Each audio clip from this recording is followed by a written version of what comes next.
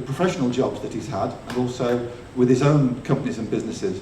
And it's quite a few years ago now that myself and Richard were sitting in the atrium having a coffee, and he was talking about one or two of his business ideas that he was developing and running with, and he said, I'm thinking about being a consultant. And all those years ago, I said to him, he was somebody I would listen to. I would listen to Richard and his knowledge and his expertise. And that's proven to be really true. He has really shone with his leading support for innovation across the Northwest in a whole range of disciplines. So his talk, The Innovation Factor, how important is your idea? I'm going to hand over to Richard. Thank you, Richard. Thanks, Peter. Sound okay? Can everyone hear okay? Yep. Okay, nothing like a bit of pressure. Thank you very much, Peter. Thank you. Okay, so my name is Richard Harrison. Good to see a few faces I know, many that I don't. For those who have seen any of my presentations recently, apologies for the repetition, but there are a few facts that we love to get through. So I will be going over a few of those now. So innovation. We set up Inovaris in 2011 as innovation consultants, but there's a big stigma around innovation. I'm going to go into that in a few moments. Before I do, here we go. Who are we? What do we do? Inovaris, we help companies grow by doing things differently, by thinking out the box. But innovation isn't necessarily what you think it is at the moment. We'll go on to that in a few moments as well. We provide a range of innovation training and support services. We tend to help anything from a one-person organisation, a sole trader.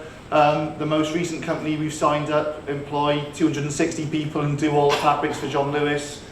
Ultimately, we help companies gain benefit by thinking out the box. And today we're going to look at one specific tool that we use within businesses. What is innovation? How do you recognise a good idea? And there's a small offer at the end as well for those that are interested. So moving on, briefly. Quick question. Who is the most important innovation person in your company? If you're a sole trader, there's an obvious answer there. If you're not, you might all be thinking, well, it might be Bill, it might be Jane, it might be whoever. There's a reason you've thought of that, and the reason you've thought of that comes down to what your perception of innovation actually is. And that's a really, really important question. So, before we define what innovation actually is, this is a slide I grabbed off Google. I don't think it's a great one, to be honest, but it shows the range of words people connect to innovation. I just want to throw out a few ideas. Can someone throw either a definition or a word that you link with innovation out to me?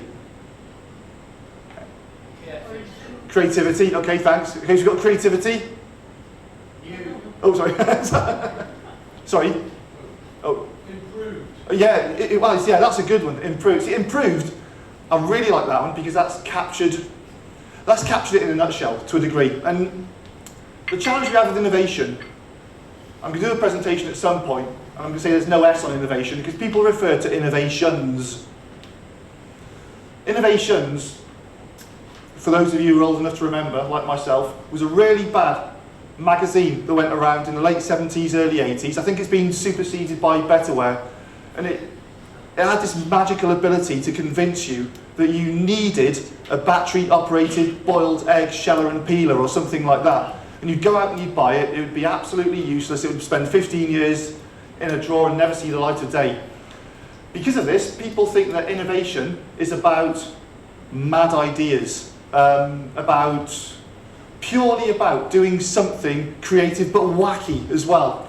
And it's not. I mean, unfortunately, I'm going to have to pull a little bit of maths into the presentation later on, only a little bit. But the best definition I ever saw was actually a mathematical equation, and it said innovation equals new idea plus benefit. And so we've turned it around into a sentence to say innovation to us is to gain benefit by doing something different. If you don't gain benefit, it's not innovation. It's either R&D or a creative project. Ultimately, the other best definition that I've heard is turning ideas into invoices. It's a little bit literal, that, 'cause it's not always about money. But if you don't get that benefit at the far end, it's not innovation. Okay, I'm not going to do too much on sort of business and business management processes, but there's a very simple model. If you just look at the inner circle here, that anyone who runs a business should understand, and it focuses on two parts of your business. The first is your value proposition, and your value proposition is what you do, who you do it for, and what the benefits are. Behind the value proposition, you have a business model, and the business model is how you do it, who does it, and how that culture works. And the best way to think of this, I've tried to make the backgrounds relevant wherever possible. Think of all of this, think of your business as a theatre, as a play, as a stage. In front of the curtain, you have what you do, what you're presenting, and your audience. That's your value proposition, what you do, who you do it for. Then behind that curtain, you have all of the activity that creates what's on the stage. You have your business model, how you do it, who does it, what is the culture. And we define 4 different types of innovation. You could say 5 if you have product and service separately, but there's what you offer, which is what we call your product or service innovation. There's your market innovation. There's process innovation, and there's how you structure your organisation. 4 different things that you can build on to improve your organisation in some size, shape or form. And people say, well, if innovation involves creativity, should you constrain creativity? Surely you can't constrain creativity. Well, we believe you can. An example we always use here is if you think of an artist with a blank canvas, if you told them their picture's being hung on an eggshell wall, their picture has to be of a house, it has to have certain animals or certain people in it, the artist will probably tell you where to go. It doesn't work for them. But turn it round to a different sort of creativity and think of someone producing a film. A producer or a director, they've got to work to a budget, they've got to work to an audience, they've got to work to timescales. So when you consider creativity in that aspect, it can be managed. And innovation is nothing more than a solid set of management processes that are tailored to your business. And that stands true for a sole trader as well as a set business. So why innovate? Well, in a nutshell, continuing innovation leads to improved agility, ability to react, increased market share, better productivity and profitability, product service diversification potential, doing something different, but also market diversification potential, keeping what you do and changing your customer base. And again, the picture here is very, very relevant. That's actually one of Amazon's warehouses. And if we think historically, Amazon are quite unique because when they were innovating, they said, well, let's look at our value proposition and our business model. Historically, Amazon sold books online. That's all they did. They said, well, how can we change our business and what we offer? So now, what can't you buy on Amazon now? But in addition, they've changed their model to a degree where they don't host and sell everything. They act as a market front for suppliers. You can actually sell your goods on Amazon as well. There's, I believe, a trading place there as well. But ultimately, they've changed their business model and their value proposition to become this absolutely huge organisation. So innovation has clearly worked for them, thinking out the box, doing something differently, but also jumping on the bandwagon that was the internet. Back into last year, we were lucky enough to do an innovation audit within Lancashire for the County Council, which resulted in a report we called Get Innovation. The reason we called it Get Innovation is because most people don't get, i.e. understand, what innovation is. But we found, well, that 68% of people connect innovation with benefit, which is a good number, 32% room for improvement. But it was the hidden points that were most apparent to us. And the biggest one for me was around 83% of companies introduced a new product or service in the last year. But only 47% of companies said they had seen a financial benefit as a result of introducing a new product or service. So that suggests 42% of companies have designed a new product or service, they've spent time, money, resource, and they're seeing nothing from it. Now we ask the question, why is that? It could be that that product or service is a slow burner, and it's going to take time to bring that money in. I don't believe that. I don't believe that at all, because I think that their product or service, they haven't done sufficient market research, or they've developed a great product and service and it's trying to sell it to the wrong people. So, again, let's just quickly go back here.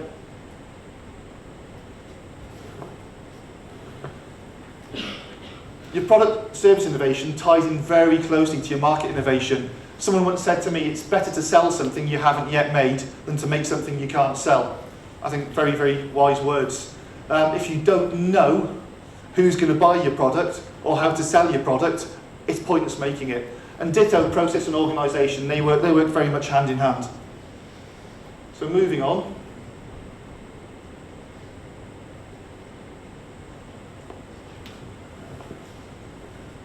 Okay, yeah, so moving on just to the last slide from the study we did for Lancashire County Council. People said innovation was very, very important. This is where the typically British thing comes in. Very, very good at ranking and prioritising ideas. Most companies rank themselves at over 90%.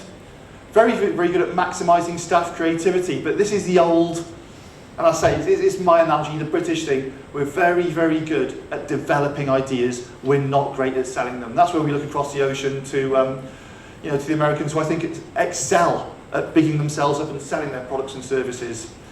So ultimately, whilst we're good at developing ideas, we're not very good at doing market research, and we're certainly not very good at turning research into ideas. Another saying that I saw a while back, which I think is very, very true, your idea can make you very, very rich. I'm sure we all sit out there with ideas that we're going to push forward, that we dream of either selling our business or making some money or even having a good business just gives us a nice, healthy lifestyle. But we do see a lot of people whose ideas make them very, very poor as well.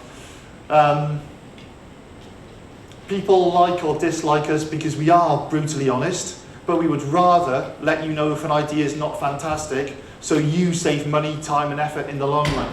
In addition, if your idea isn't fantastic now, what we'd rather you do is look at areas where you can change it, look at areas where you can improve it, so ultimately your idea can make you very, very rich. So is your idea worth pursuing? Innovation, to me, is about three things, and pretty much three things only. It's risk, it's reward, and it's cost. Technically, if we go into a business and we've got to tell them about their core operation, what they do, I'm concerned, because when we work with someone, they should always know more about their product or service than we do. What we need to know is how risky is that idea, how rewarding is that idea, what does it cost, and therefore, is it worth pursuing? And what we're going to start to do is look at a tool, which is one we use in our courses, to identify good investments from bad investments. Now, the one thing we're trying to avoid is this sort of idea being promoted or presented. Last time I came here, there was a fantastic, I don't know who else was here, back into last year, there was a chap who did a great presentation on planning, and there were big sheets of paper on the tables, there were sort of felt tips and so on, and it was really, really entertaining. I loved it. I thought, well, I can't bring that today. We tend to work with small organisations of sort of around 10 to 12 people, and it's difficult to do a really good engaging interactive session with such a large group. So we are going to go through a tool, but ultimately this is exactly what we're trying to avoid. Thank you very much.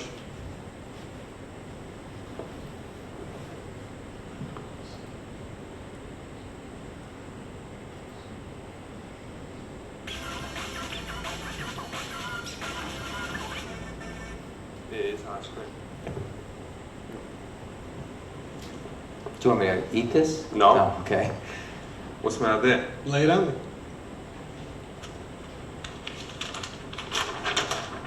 The ice cream glove. That's a C, which means that you can't nick it. All right.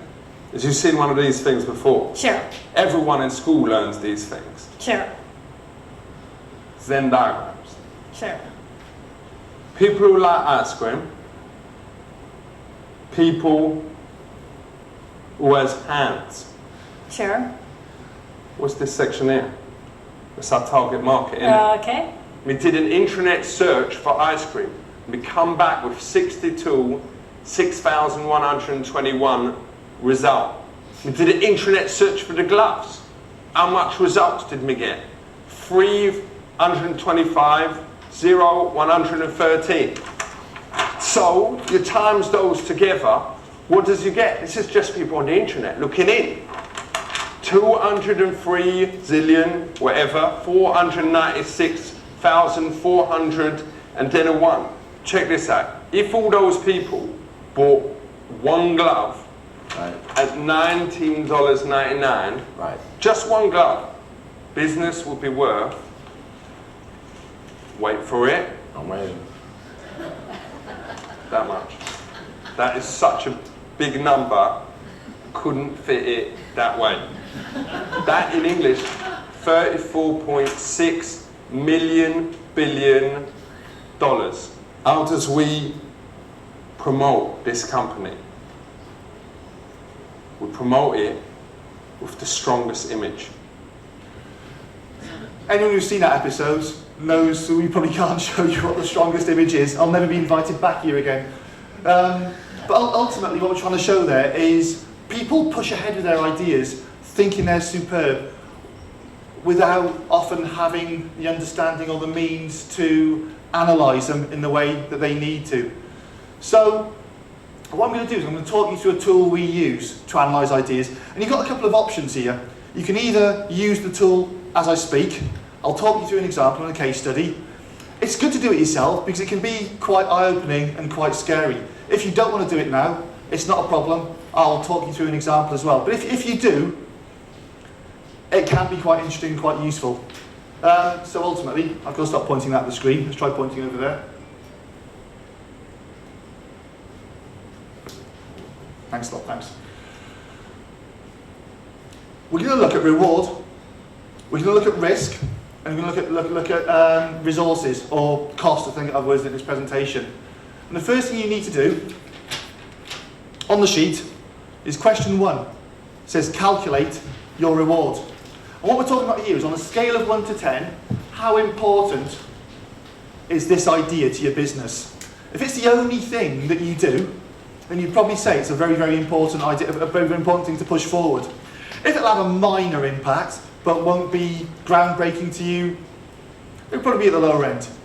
Now, while you're thinking about scaling it from 1 to 10, this tool is challenging to do on your own because it's all about how straightforward and how honest you are with your assessments. Someone who's pessimistic will naturally get a low score. Someone who's optimistic will naturally get a high score. So it's often best done in groups, but all I'm doing now is just showing you an overview of how it could work moving forward. So let's assume now we've all calculated our rewards. What I'm going to do actually, I think a slide might have gone missing out of there. Oh, there we go. Thank you very much.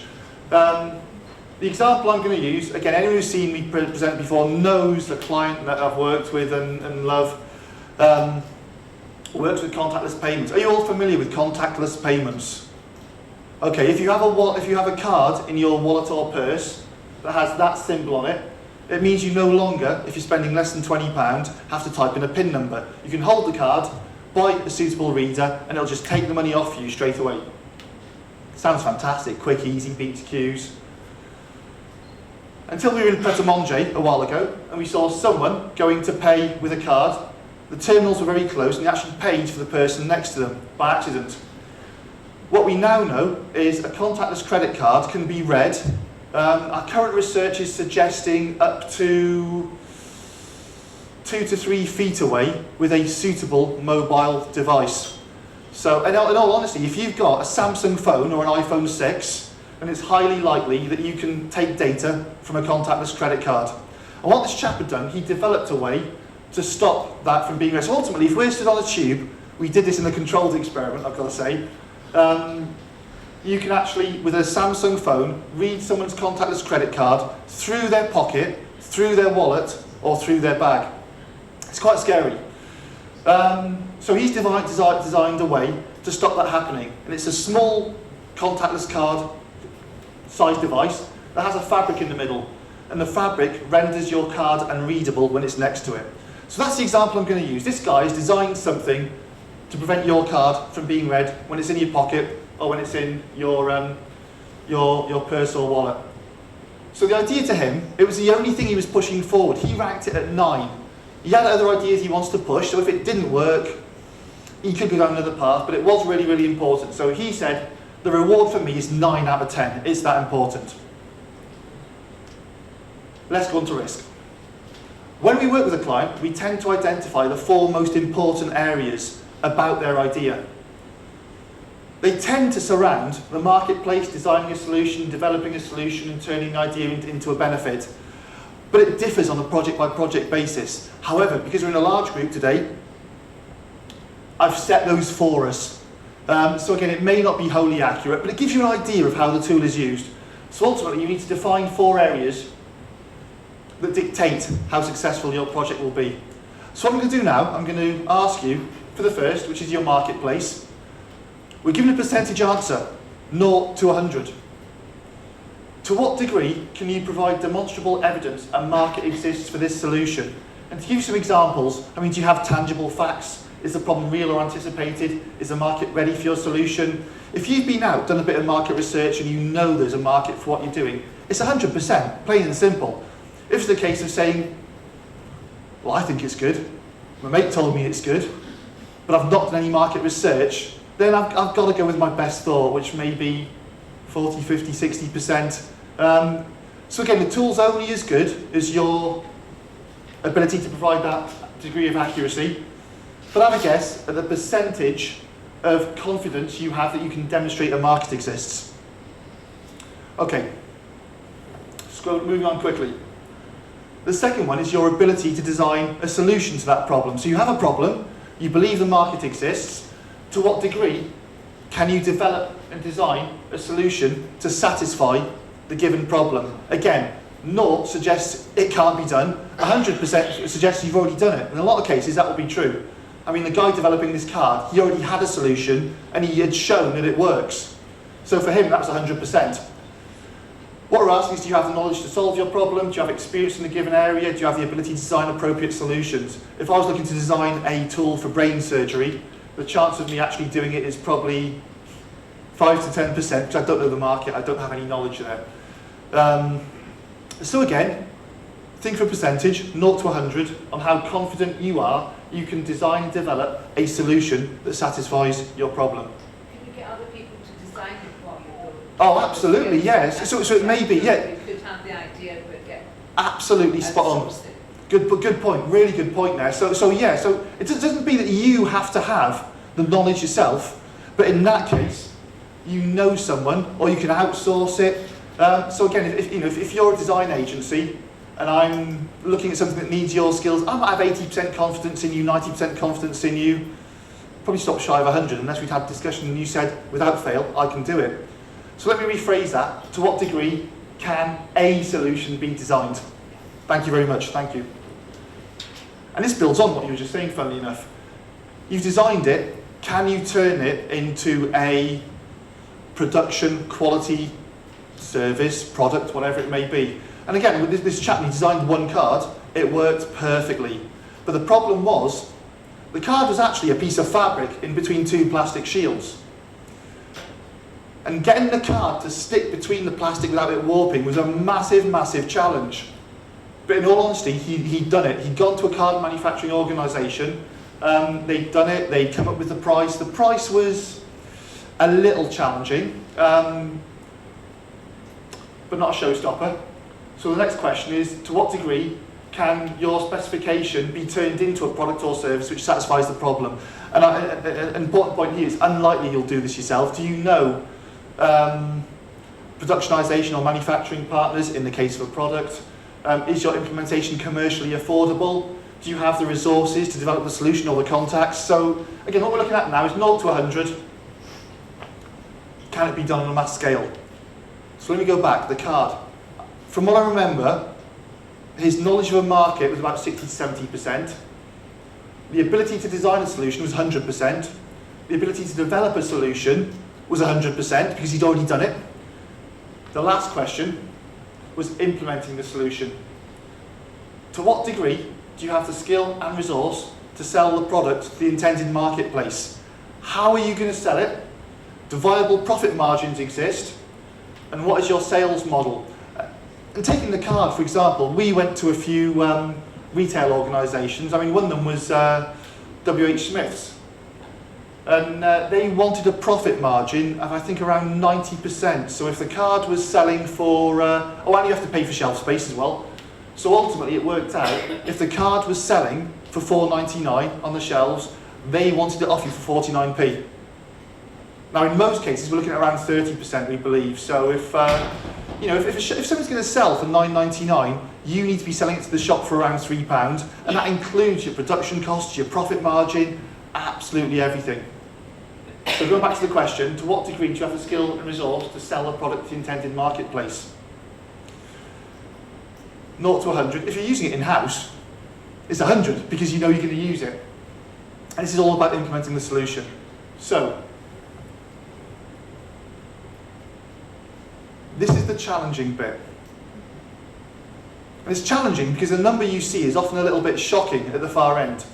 Multiply those 4 numbers. I don't know if you've got, hopefully you've got phones with you, or you can just do a very quick approximation in your head. Multiply those 4 numbers together to get the chance of success. For me, I'm terrible at maths. I don't know how to multiply percentages, so I just do it as a decimal value. So 100% is 1, 50% is 0.5. Multiply your 4 numbers together, and you'll get the chance of your invention being successful. Now, don't be shocked if you see 20, 30, 40%, because most projects are extremely low. But when you look at that, you think, when I was thinking about my project, I thought, it's a no-brainer. It's going to be successful. I can do it.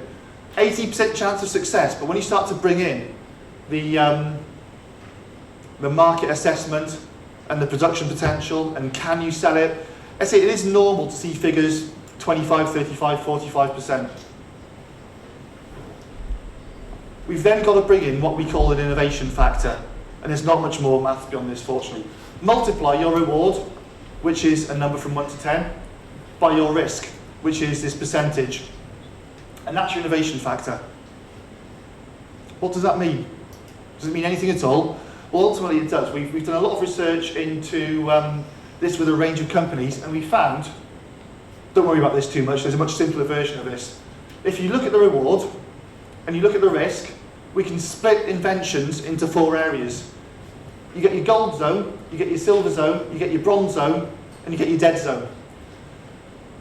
The gold zone ranges from companies that have an impact of 5, an impact of 10, 50% certainty, all the way down to those that have an impact of 5, but 100% certainty. So ultimately there's ways to categorise your project as whether it's gold, silver, bronze, or what we call the dead zone. The way we do that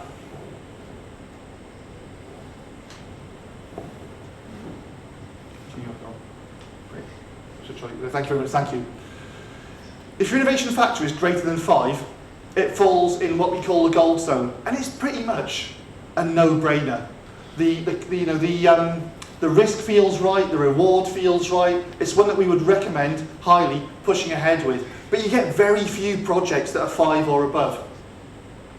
If it's 3 to 5, it falls within the silver zone. Silver zone is still a reasonably good project. It's something that we would suggest, if the cost is right, pushing ahead with it. The bronze zone is interesting, because the bronze zone, you have to go back and look at the risk, the reward, and ask yourself, do we really want to do this? Bronze zone is sort of like an alarm beacon that just says, we need to consider this in more depth. Is it important to us? Is it going to be something so fundamental to our business? Can we afford to lose money if it doesn't work?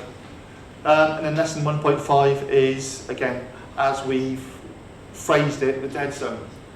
What's most interesting there, though, is it's actually a tool in itself. And if your score is a lot lower than you wanted it to be, you need to go back and look at your individual percentages. And look at where your percentages, you mark them quite lowly, and ask, why did we mark that low? Is it that we said, market research will put at 50% because we haven't gone out and done any? If you go out and you do that market research, that'll raise to 60, 70, 80, 90, 100%. And all of a sudden, the chance of your project being successful is de-risked. It goes up the layers. If you find it can't be manufactured, or you haven't spoke to people, then go out and speak to people, find out. What it's all about is de-risking each element and bumping that percentage up as much as possible to get yourself into that silver zone or your gold zone. The last point is the innovation value factor. And you've got one colour on your mind now, gold, silver, or bronze, hopefully. For those that have done it, did we have any golds or silvers? Any hands up? So fantastic, that's great. Any bronzes? Hopefully there aren't a lot of the dead zone projects. If there are, just go back and look at the percentages and see where you need to raise it. Look at what your project will cost. Green is it's clearly affordable to the business. Amber is, okay, might have an impact on other operations. Red is significantly challenging. We'll only invest in it if we really, really have to. And what this leads to, finally, is a table that looks at your innovation factor, gold, silver, bronze, and your cost, red, amber, green. If you've got a gold project in the green zone, again, absolute no-brainer. The chance of success is high, the impact is high, the cost is low. Who wouldn't do it? We then go down in categories, so we go from a great project to a good project to a reasonable project, questionable, and poor. So if it's a bronze project and it's going to break the bank, you're not going to look at it. Why do we do this? Ultimately, it gives companies with 5 or 10 different ideas an ability to compare your ideas on a case-by-case basis and decide which ones you're going to move forward with. Now, for the contactless card shield, the reward was 9, the success was 22%. If you told them at the start of the project his chance of it making somewhere was 22%, but appreciate that's at this given time. You may walk away today, you may do a bit of market research or something where you've identified the low score. Next week that may be 32 or 42 or 52 because it's only a snapshot of how your project stands today as you've marked it. That gave an innovation factor of 1.9, which is a bronze zone, and an amber cost, which sort of made it questionable. But it was his lifelong ambition to get this product to market. So he said, look, I can see it's questionable, I've assessed the risk, I've assessed the cost, I'm going to go ahead with it. And I'd like to tell you there's a happy ending to this story. I can't at the moment because he's still developing the market. However, now I know in my wallet, next to my contactless credit card, I have one of those card guards, and it makes me feel safe when I'm on the underground that my card can't be read. He's currently negotiating with worldwide banks on the sale of the product. So I think it will have a happy ending, but certainly being able to plan innovation has helped his journey, has helped him understand where he has strengths, weaknesses, opportunities. And he's also speaking to transport to London because, of course, the Oyster is also a contactless card, and a range of other organisations as well. If you're interested, the card's called Voyager Blue. They've got a very good website. So ultimately, we work with an organisation on, and this is indicative, 6 projects or 6 ideas. For those, we look at the impact, the risk, the innovation factor score, and we get our colours, silver, red, silver, amber, and we map them all on a chart. So for that example, 4 and 6, we won't let the company touch with a barge pole. 1 and 5, got to question whether they really need it or not, but there are 2 clearly standout projects there. And as you've seen, hopefully, the process of getting from an idea in your head to this innovation factor and innovation value factor is really short, relatively short. You can come up with these numbers in a few minutes. It all comes down to the accuracy of your percentages and your calculations. I mean, in the worst case, it may be they want to look back at the percentages of these projects and see if they can do something to change the percentage. But for this company, if we're looking at a portfolio, 2 and 3 are the absolute no-brainers that we recommend they push forward with. Why have we done this? Put simply, there is a systematic way to manage innovation. Unfortunately today, what I've had to share with you is the really, really boring side of it. The creativity beyond that, before that, is enjoyable, it's fun. Normally our shows, our events and training courses don't use any slides whatsoever. It's all about coming in with ideas, developing them, using nothing but open thinking and other tools. But there are a range of tools and techniques if you want the systematic method to look at developing ideas, assessing markets, managing intellectual property, and so on. And they're all taught on our programs. Oops. So moving on, as we reach the end now, we've got a program at the moment called Lancashire Innovates. This has been developed in conjunction with a delivery partner we have and Lancashire County Council. And it does two quite specific things. There are two different courses. Innovation in Action takes 3 to 12 of your staff members. It is a minimum of 3 on 4 short day courses. It solves a real problem or opportunity within your business, and it leaves your staff with skills to repeat the process. Ultimately, it trains these people to become innovation practitioners. How do you identify opportunities? How do you generate new ideas? How do you assess those ideas? And how do you turn them into benefits? We then mirror that with a separate course called Innovation Champions. 1 staff member, 10 short day courses over 12 months. And that person's role is to manage the practitioners and embed a culture of continuous growth through innovation in your company. They make sure that everyone's involved, from senior management team all the way down to the new starters, and they understand the support aspects, intellectual property, risk, and so on. Ultimately, if you ask everyone in this room, how would you improve your place of work, you'd probably have 20, 30, 40 different ideas, and probably not 2 the same. If the champion can focus their activity and say, how do you, for example, how are we going to attract new businesses from different sectors to our marketplace? You suddenly start to focus things. So it's this person's job to make sure that their ideas are aligned with the strategy and give them the tools they need to do their job. So ultimately the two work quite close together. You've got practitioners, you've got a champion to structure the organisation. The challenge we have with this is we're due to hit our deadlines, but we are allowed to overachieve. We get significant support from the European Union on the delivery of this programme, which means it's heavily, heavily subsidised. If you are from an organisation that is able to send more than 3 people on a course, ideally it's typically companies 10, 20 people plus, and you're interested in the heavily subsidised support, the deadline is, I say it's this Friday, might get away with next Friday, but we do need to speak quite soon. Failing that, we're hoping to have further funding later on in the year, but we do deliver the courses all year round. There are certain pots of money around at the moment, and even without subsidised support, they are highly affordable. So I go back to the closing question. Now, who is the most important innovation person in your company? Now, normally what we'd say is that there's no such thing. Innovation should involve everyone within the company, from the senior management team all the way down to the new starters. Everyone should be able to contribute at a set level, whether they're the champion, a practitioner, or someone else.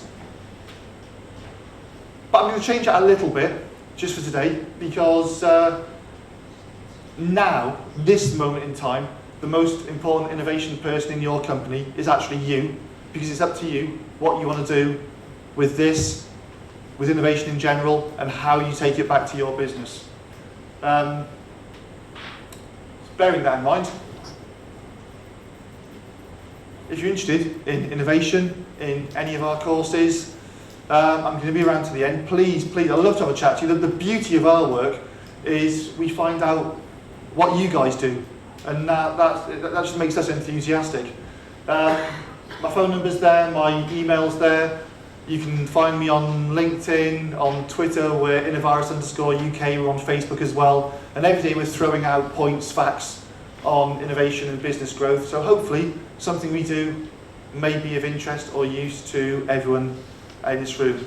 Our main website is inovaris.co.uk, but Lancashire Innovates, the programme we're in at the moment, is www.lancashireinnovates.co.uk. I say, but do it quickly. Do it quickly if you want to make the most of the financial support that we have available at the moment. Bearing that in mind, thank you very, very much for your time, for your patience, and back to Peter. Are you up for questions? Oh, sorry, yeah, if anyone has any questions, I'll be more happy to answer them now. I will also be around until the end, so any thoughts, feedback you have. Interesting, we normally use that tool with organisations, and it's sort of typically 100, 150 people who have a design team in a room. So quite interested to find out whether there are things you like, don't like. Hopefully haven't put anyone's ideas to bed. It's more a case of, if you didn't get a good score, go back and look at where your percentages were low and see what you need to improve. Any tips about deploying this for evaluating a new service? Oh, absolutely, yeah. I mean, I use the example of a product, but what it ultimately comes down to is how you define your 4 criteria. So alternatively, it could be a service. The other big thing, the biggest question we get at the moment is about market innovation. So it may be you're looking at, it may be around how you approach new markets, whether you approach new markets or change your existing offering for the same marketplace. So it does come back down to looking at your organisation, seeing where you're strong on product, service, market, process and organisational innovation, and determining which one you need to increase to get the optimum benefit.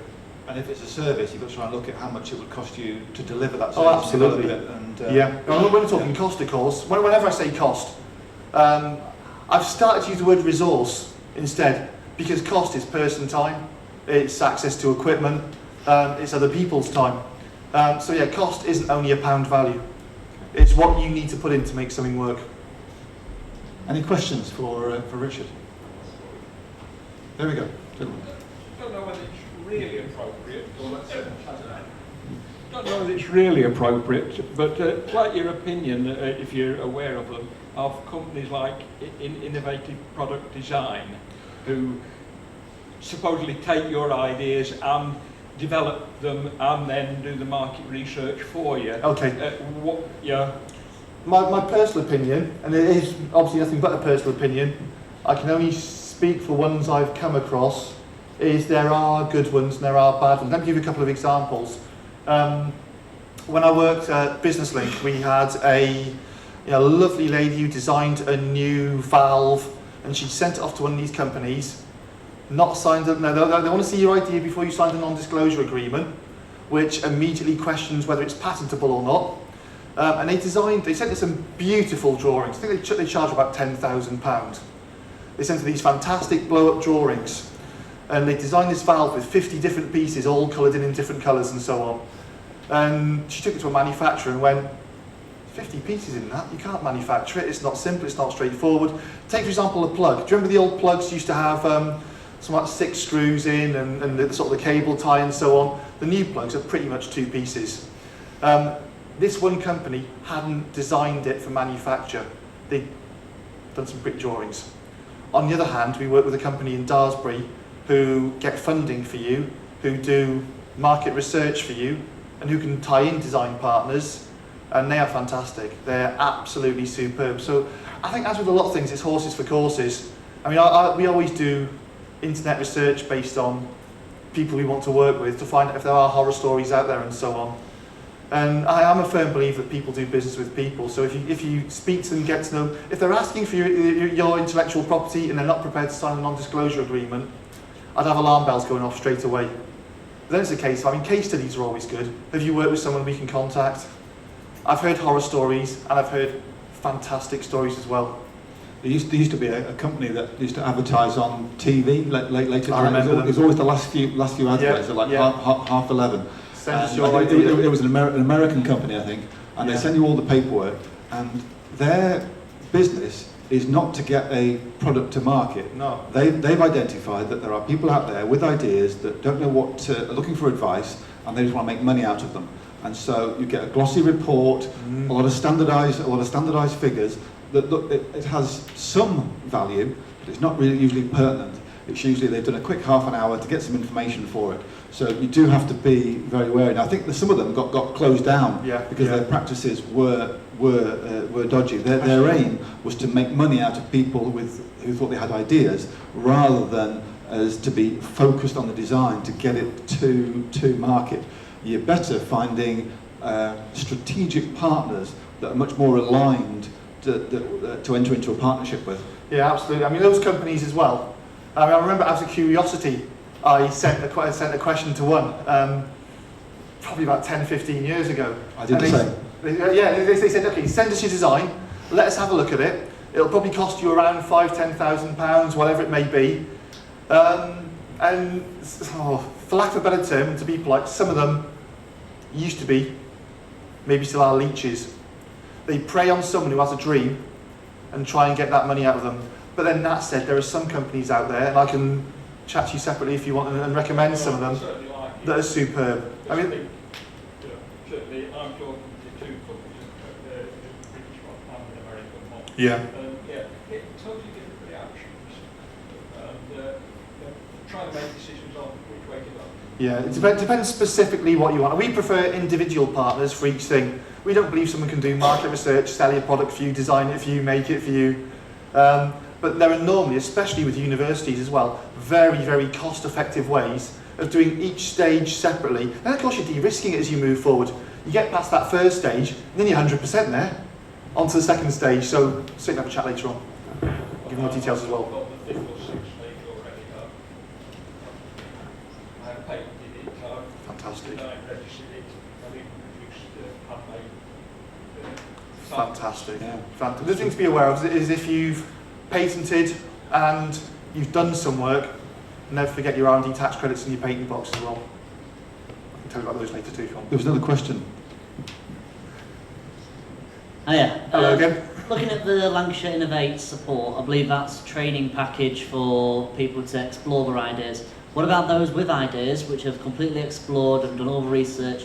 Can you suggest any support out there for proof of concept or actually go to market support for development? Absolutely. Look, well, ultimately, Lancashire Innovates. Okay, the way we work is we have a toolkit of around 20-25 tools, which go everywhere from identifying opportunity through to sales. When we work with a company privately, we pick around 10 of those modules and develop a bespoke package.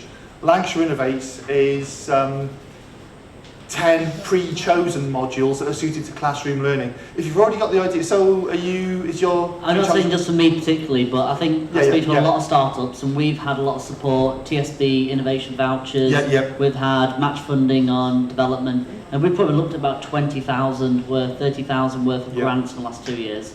But you know, for a lot of people, just to find access to any of these grants. But can you suggest to anything today for everybody to start looking at? Yeah, thank you very much. Okay, I can. This year is a really, really tough year. So you couldn't have asked the question at a more difficult time. And that's for two reasons. Firstly, the government may be changing. There's certainly an election, which means for the next few months, the government's in something called PERDA. They're not allowed to promote their services. When the government changes, schemes normally change. We know we're getting continuity through something called Growth Accelerator, but we don't know what that looks like at the moment. So certainly for the next few months, maybe in a couple of quarters, the business support agenda is going to be challenging. In addition, for those who aren't aware, I know you are, there's something called ERDF, European Regional Development Fund. They tend to provide subsidised support for a lot of business activities. ERDF also runs on a cycle, and it's purely bad luck that the ERDF cycle is currently running with the election cycle. So most ERDF programmes are coming to a close now. Most people who have ERDF money to spend have spent it. There's very little left, and Lancashire was the hotbed for ERDF support. The new ERDF call has come out, but it's unlikely that programmes will be in place until certainly the end of Q3, probably Q4 this year. The only one I know of at the moment, if you can do it quickly, there's a scheme called GSS, Growth Sector Support, which is available through Regenerate Pennine Lancashire. Take my details down, send me an email, happily forward you their contact details. That gives you a few £1,000 match funding. Sarah, got some in?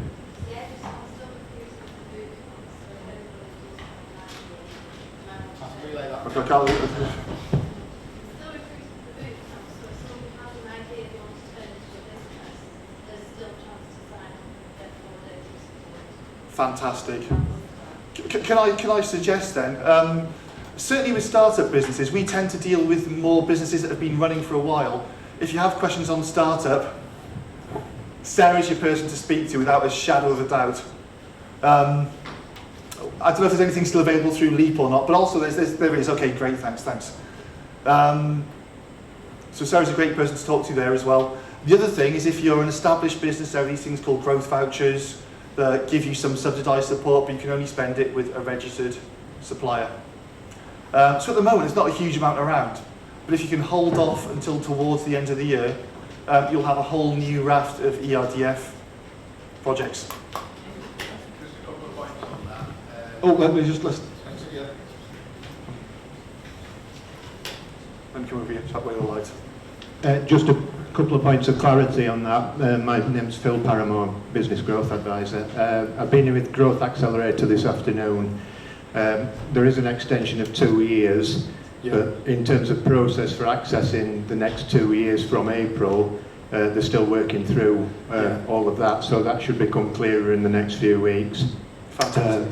You mentioned growth vouchers. The last growth vouchers will be allocated on the 31st of March. Okay. So if you want to access those, you need to get in quick. Get in quickly. Okay, thank you. Yeah. Well, we were aware historically that thank you very much. Growth Accelerator has been a fantastic scheme for liaising and working with companies. We believe moving forward it's going to be more of a 50-50 MAS style model, but hopefully we'll all find out in the next few weeks. I mean, maybe that's one for Peter to mention at a further event what support's around when Growth Accelerator is announced. But again, likewise, we know that Growth Accelerator in its current form is stopping applications on the 31st of March, at which point it should seamlessly switch over to this new scheme. Any other, one last question for Richard.